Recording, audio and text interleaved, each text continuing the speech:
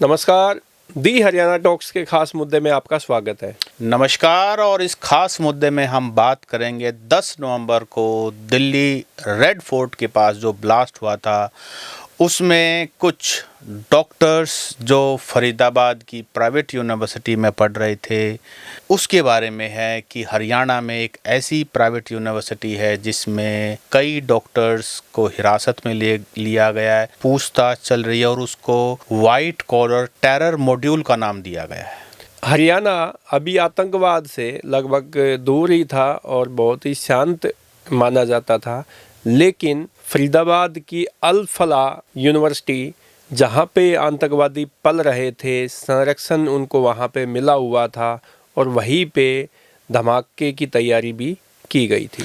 अल फलाह एक अरेबिक शब्द है जिसका मतलब होता है सफलता, जिसका मतलब होता है प्रॉस्पेरिटी, जिसका मतलब होता है मोक्ष, जिसका मतलब होता है सक्सेस की राह पर ऐसे पॉजिटिव मतलब वाली अल फलाह फरीदाबाद के धोज गांव में ये स्थित है।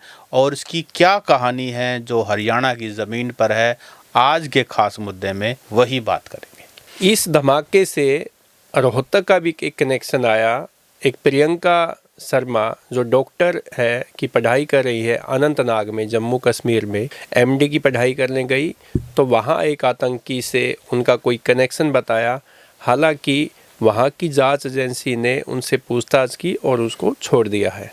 ओपी जी, सबसे पहले हम बात करेंगे कि हरियाणा, जैसा आपने भी मेंशन किया, तो हरियाणा इन चीज़ों से बहुत दूर है, क्योंकि हरियाणा एक ऐसी धरती है जो देश के लिए किसान, पहलवान और फौज तीनों का काम है। देश के लिए सुरक्षा करना, देश के लिए मेडल लेके आना और देश के लिए अनाज पैदा करना। हमारी पहचान तो यही है। अब बात करते हैं अल फलाह यूनिवर्सिटी की। मैं आपको बताऊं कि 1990 में दिल्ली के ओखला में एक ट्रस्ट बनता है, अल फलाह चैरिटेबल ट्रस्ट। जी, ये चैरिटेबल से आप समझिए, चैरिटेबल मतलब नॉन प्रॉफिट और जो लोगों की भलाई के लिए। 1997 में 1997 में फरीदाबाद के धोज गांव में एक 30 एकड़ में एक इंजीनियरिंग कॉलेज स्थापित होता है। 30 एकड़, एक फिगर्स ऑडियंस ध्यान रखें, क्योंकि अभी आगे जब आपको पता लगेगा कि कैसे क्या क्या हुआ।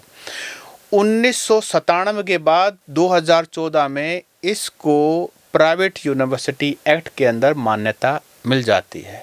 जी, 2014 के बाद आज है 2024-25, तो यानी कि उसके करीब 11 साल बाद, क्योंकि 10 नवंबर को जब यह घटना होती है लाल किले के पास मेट्रो स्टेशन पर, तो आज के दिन ये जो यूनिवर्सिटी है 30 एकड़ से ये अपना एरिया बढ़ाते बढ़ाते 78 एकड़ के करीब बताई जा रही है।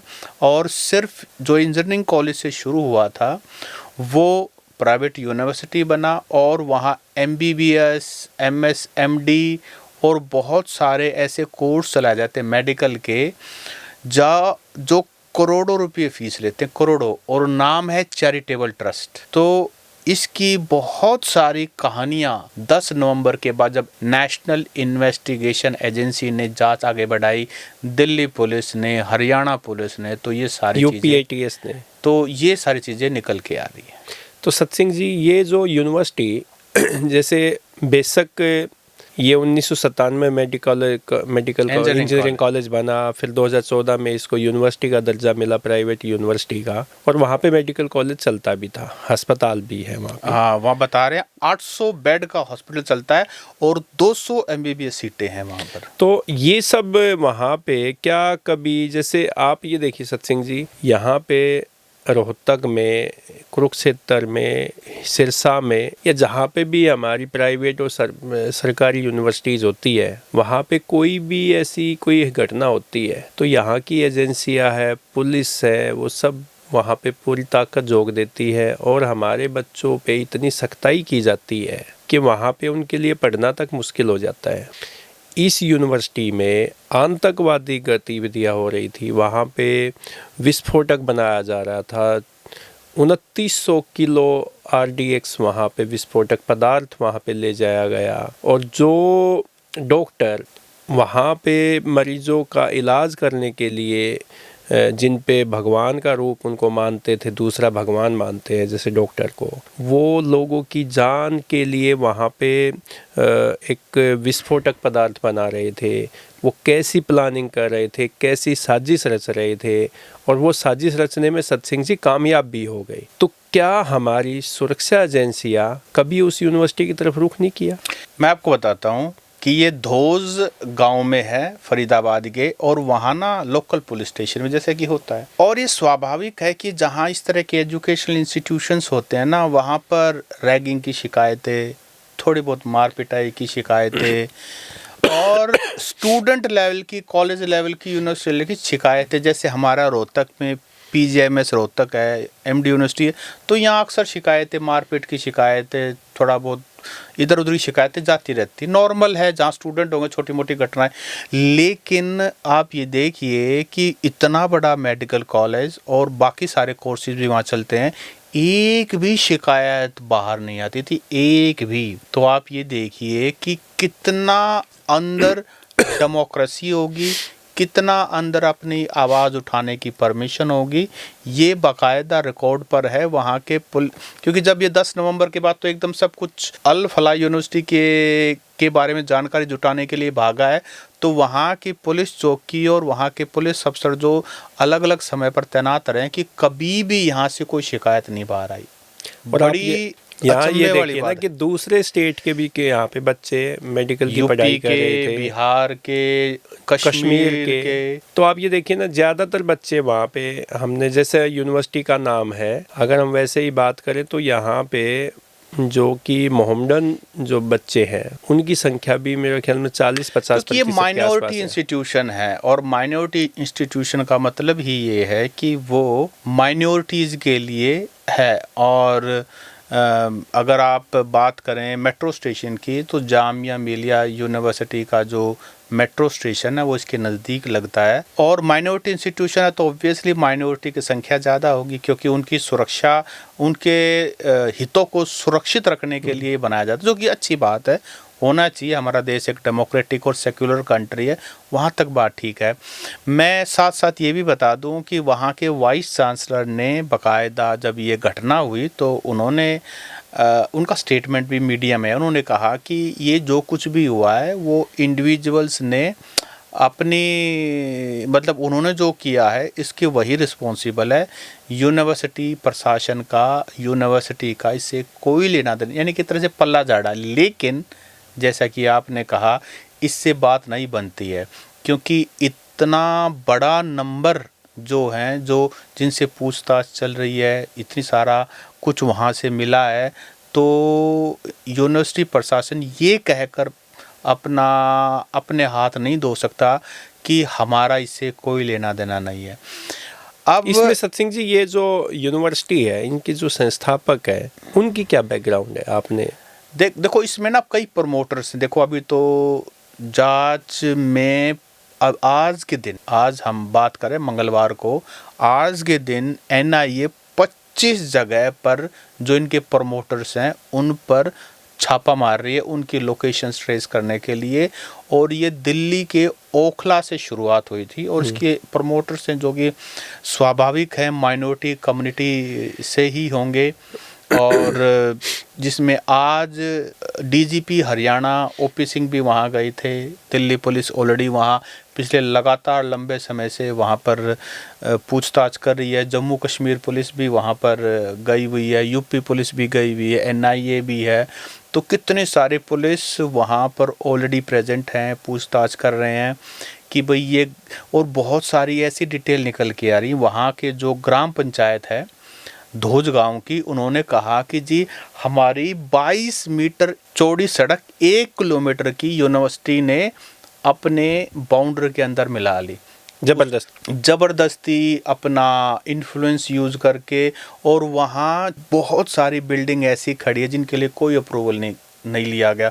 और जब ये सारी बातें आई ना, DTP ऑफिस, नायब तहसीलदार और वहाँ का जो लोकल प्रशासन है वो ज़मीन नापने के लिए वहाँ पर दोबारा गया है। वो टीम अलग से लगी हुई है, हर चीज़ की पैमाइश की जा रही है कि यूनिवर्सिटी ने ऑन रिकॉर्ड किससे ख़रीदा, कितने पैसे देके ख़रीदा, और उस पर किसके सिग्नेचर हैं, क्या कोई करप्शन का मामला है।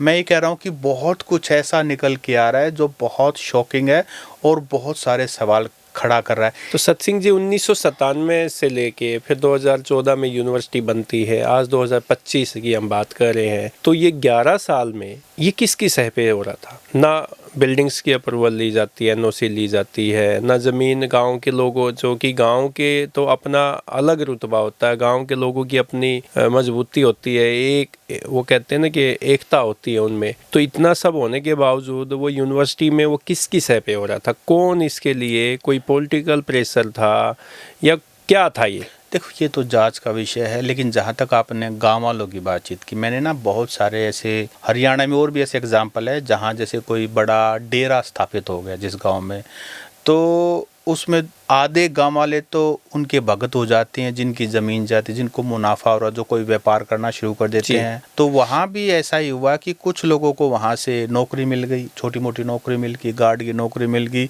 या कोई दूध का काम कर लिया, कोई दुकान खुल गई, तो गांव भी डिवाइडेड हो जाता है। तो गांव की मजबूती तब तक है जब तक वो एक है। और फिर आप ये देखिए, इस तरह के इंस्टीट्यूशन में बड़े इन्फ्लुएंशियल लोग होते हैं जिनके कनेक्शंस बहुत ऊंचे होते हैं। और जहाँ तक इस अल फलाह यूनिवर्सिटी की बात है, अल फलाह यूनिवर्सिटी प्राइवेट यूनिवर्सिटी एक्ट के तहत बनी थी। और आप ये देखिए कि 200 नंबर जो है ना एमबीबीएस की सीटें वहाँ पर, पीजी की अलग है, एमडी की अलग है, करोड़ों रुपए ले जाते हैं एक स्टूडेंट से। तो 200 गुना आप ये मान लिया, अगर 2 करोड़ की भी एक सीट बिकी तो आप ये देखिए कितना नंबर, कितने लंबे समय से चल रहा था।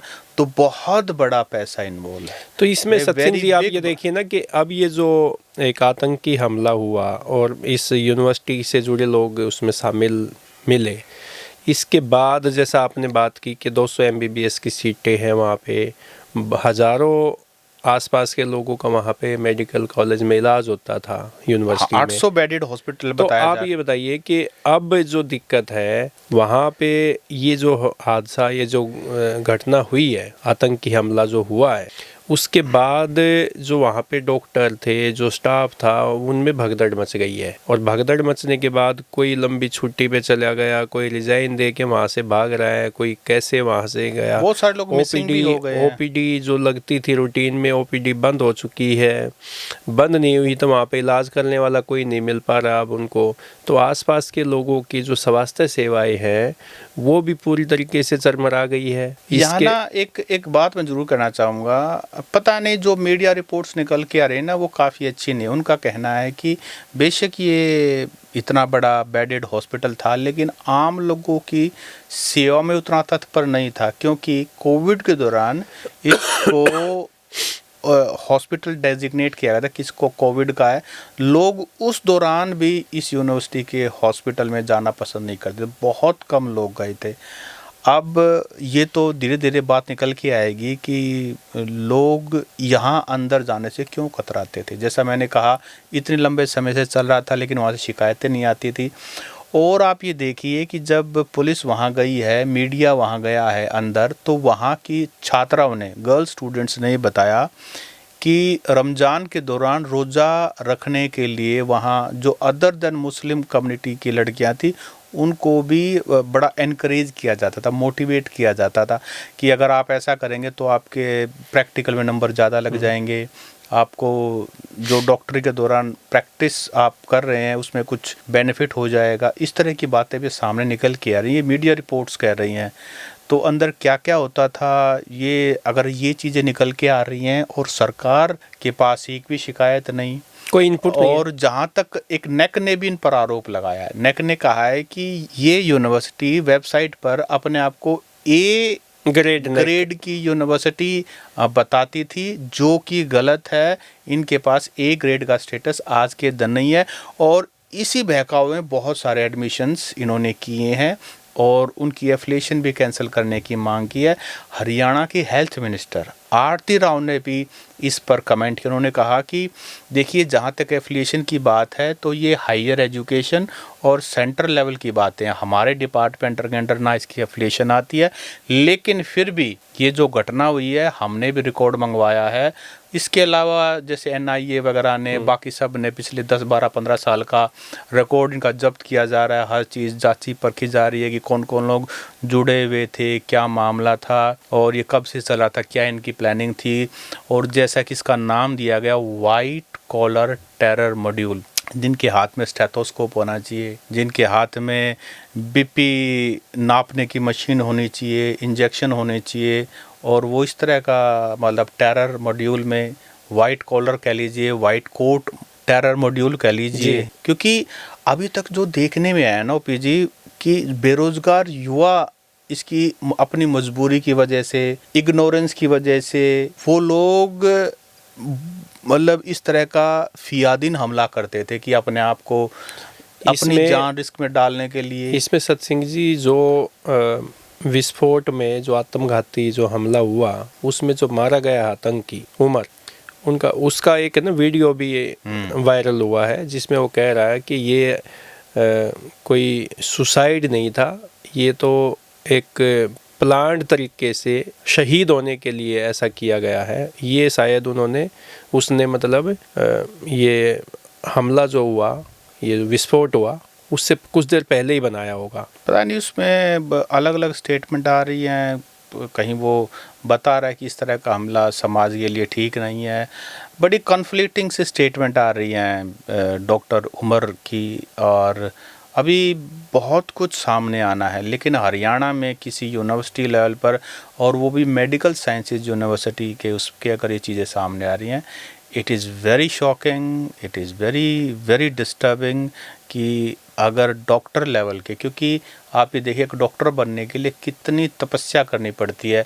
और सच बात ये है कि जो बेस्ट ब्रेन होता है ना, वो मेडिकल प्रोफेशन में जाता है। एक सत्सिंह जी, ये जो रोहतक की जनता कॉलोनी की लड़की है डॉक्टर प्रियंका शर्मा, इसका क्या कनेक्शन सामने आया है? कई दिन से मीडिया में इस तरह की बातें चली हुई है। देखिए, डॉक्टर प्रियंका शर्मा, जितना कि अभी हमने भी मीडिया रिपोर्ट में देखा है, वो अनंतनाग के अंदर अपनी पोस्ट ग्रेजुएशन करने गई थी, और शायद उनकी ड्यूटी भी यहाँ डिग्गल में थी, CHC डिग्गल के अंदर उनकी, जो झज्जर डिस्ट्रिक्ट में।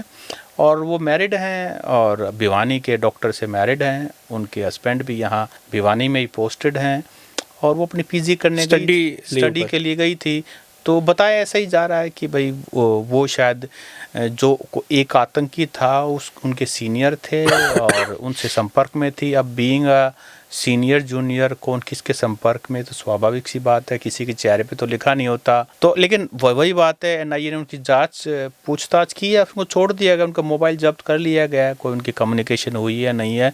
लेकिन उनके पेरेंट्स सामने आए हैं डॉक्टर प्रियंका शर्मा के। उन्होंने कहा कि हमारी बेटी का किसी भी आतंकी घटना से कोई लेना देना नहीं है, शी जस्ट मेडिकल स्टूडेंट। वो वहाँ अपनी PG करने गई है, और जिस फलां व्यक्ति के बारे में बात हो रही है उसका सीनियर था, उससे संपर्क में हो सकता है कि कई बार बातचीत हुई हो, लेकिन एज ए सीनियर बातचीत हुई है, नॉट एज ए टेररिस्ट बात हुई है, ऐसा उनके पेरेंट्स का कहना। और स्वाभाविक भी है, अगर कोई अब घर से दूर जाता, चाहे लड़का हो चाहे लड़की हो, सीनियर जूनियर से तो बातचीत होती है, लेकिन किसके दिमाग में क्या चल रहा है। अब कश्मीर थोड़ा सेंसिटिव एरिया तो है ही, अब वहाँ अगर ऐसा कुछ हुआ है तो वेरी डिस्टर्बिंग। तो दोस्तों, हरियाणा के फरीदाबाद के गांव में चल रही यूनिवर्सिटी में इस तरीके की आतंकी गतिविधियां संचालित हो रही थी, और काफ़ी लंबे समय से ये सब हो रहा था वहाँ पे। लेकिन इसके बावजूद न शासन को इनकी भनक थी, न प्रशासन को इसकी भनक थी, न वहाँ के आसपास के लोगों के पास इस तरीके की कोई शिकायतें थी।